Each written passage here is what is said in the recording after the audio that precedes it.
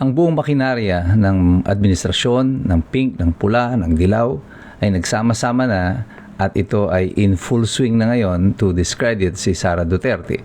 Ang tanong ng marami, bakit ito nangyayari sa ngayon? Ano ang endgame nito para sa administrasyon at sa mga dilaw, sa pula at saka sa pink? Pag-usapan natin yan ngayong gabi. Ito po muli si Attorney Mike Operario. Sa kasaysayan po, hindi bago itong ganitong sistema ng pamumulitika na kung saan ang mga nangungunang kandidato ang tinatarget ng mga lalaban at mga makakalaban niya sa politika. Very recent case in point nito ay ang kaso ni Jejo Marbinay na naging Vice President ni Pinoy. At sa pagtatapos ng termino ni Pinoy, parang lumulutang na ang pangalan ni Jejo Marbinay. Unfortunately, hindi siya kaalyado ng Liberal Party. Kaya ang kandidato nila noon dapat ay si Mar Rojas. At para pahinain ang base of support ni Jejo Marbinay, nag-umpisa na ang smear campaign sa kanya bago pa man sumapit ang 2016. As a matter of fact, parang mga 2014 pa lang, nag-umpisa nang lumabas sunod-sunod yung mga investigasyon, and later on, mga kaso na isinampa kay Jejo Marbinay. And for Mar Rojas then and the Liberal Party, that strategy worked. Humina si Jejo Marbinay. Unfortunately, they did not count on the fact na tatakbo noon si Rodrigo Duterte as president. So they were outmaneuvered by the Rodrigo Duterte camp. Kaya nasayang lahat ng effort nila. But at least ngayon makikita nyo that the pattern is the same. Ang malakas na kandidato, kailangan pahinain sa pamamagitan ng mga smear campaign. Bakit kailangan gawin ito ng administrasyon sa tulong ng pink, ng pula, ng dilaw, at nagsama-sama na silang lahat laban dito kay Sara Duterte? Well, the obvious answer is because as of today, it appears that Sara Duterte will be president of the Republic of the Philippines if there will be an election in 2028. As a matter of fact, kahit nga ngayon mag-eleksyon, si Sara pa rin ang nananalo at mananalo. At wala pong kandidatong mailalaban ang mga pink at ang dilaw, kahit ng administrasyon sa kasalukuyan. Wala pa, pero pag-uusapan natin yan at may ibubulgar ako sa inyo sa susunod kung sino sa tingin ko magiging kandidato ng administrasyon. But as of the moment, may credibility problem ang lahat ng kalaban ni Sara Duterte. But nonetheless, susubukin pa rin nila the same formula that they tried kay Jejo Marbinay.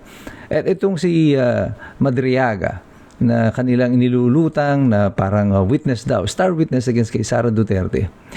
Napanood na natin ito bukod doon sa investigasyon dito kay Binay noon, sa panahon ni Rodrigo Duterte, ginawa na rin ng mga pink ito. Remember yung si Bicoy?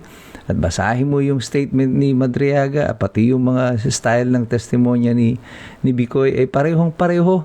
Para bang iisa lang yung scriptwriter. Sana naman nagpalit man lang kayo ng scriptwriter ninyo. At ang lumulutang lang dito ay hindi po yung katapangan na sinasabi ng Liberal Party, nitong si Father Villanueva, kung ano-anong pinagsasasabi nila. Alam niyo, para po sa amin, ang malinaw nito ay yung pagiging ipokrito po ninyo sa sitwasyon na ito. Dati 125 million lang ang hinahabol ninyo na confidential fund, tapos ngayon naging 600 plus na confidential fund. Sinama nyo na yung DepEd, Pero yung presidente na involved dito sa katiwalian, minsan, you did not call on him or did not even mention his name. Hindi nyo nga mabanggit yung pangalan ni Romualdez tungkol dito sa katiwalian.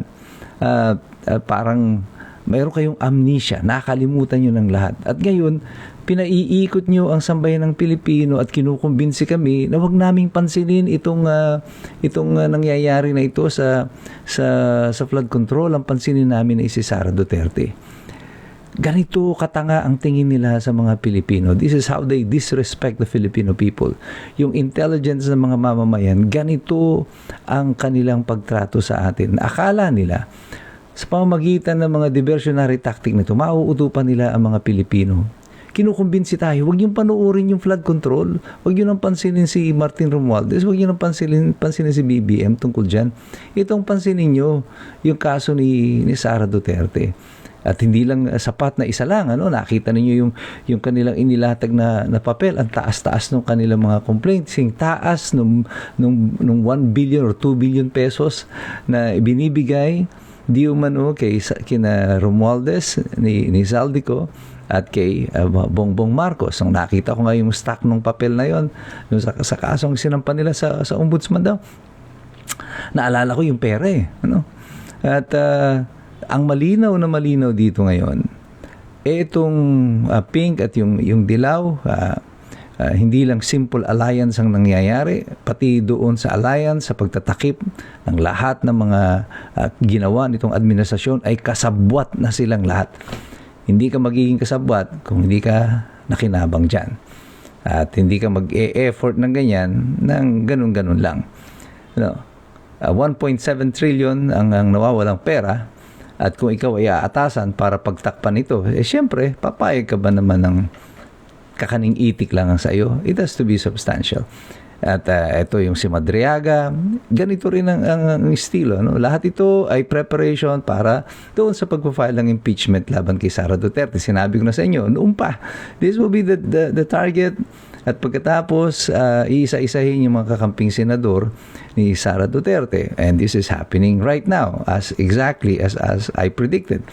And itong ginagawa nila na iba pang mga diversionary tactic, yung sa DTI, yung 500 pesos na Chibuena, ngayon 50 pesos naman daw sa college na baon, sapat na. Alam nyo, huwag nyo masyadong pansinin ito.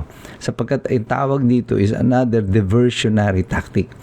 Nililihis po ang atensyon natin ng DTI kasi alam nila magagalit tayo doon sa kanyang mga sinasabi. I think yung kanya pong mga pahayag na yan about yung baon natin, alam naman natin hindi po sapat talaga yung 50 pesos, pero sasabihin nila para magalit kayo doon sa DTI Secretary na si Roque, magalit kayo doon sa 500 pesos, na eventually makakalimutan ninyo yung galit ninyo tungkol doon sa pagnanakaw. The intent for me is very obvious, na ginagalit kayo sa mga impormasyon dahil alam nila na itong mga klase ng impormasyon na to ang ikagagalit ng mga sambayan ng Pilipino upang eventually makakalimutan ninyo. At ang tingin nga nila, sobrang nipis ng utak natin na mga simple lang na diversionary information na gagaya nito ay mawawala na tayo agad sa hulog, hindi na natin masusundan yung mga kung anong pinagagawa nilang pagnanakaw. But we are wiser now. Mas matalino ng Pilipino ngayon. Kaya ako at tayong lahat, lagi ko kayong pinapaalalahanan, huwag niyong basta susundan o papakinggan yung sinasabi nila. Aralin ninyo kung ano ang hindi nila sinasabi. At ito, hindi nila sinasabi sa atin, siyempre, yung totoong intention nila. But they think na dahil makitid ang ating mga utak at bobo tayo mga Pilipino, hindi natin mapapansin yung kanilang mga ginagawa. But we know better now. Alam na natin yan. Sapagkat tayo, patuloy tayong nakikilahok.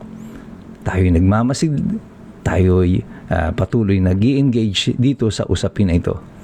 At patuloy tayong nagsisipag-aral sapagkat alam natin mahirap makialam ang taong walang alam. So God bless you, God bless us all.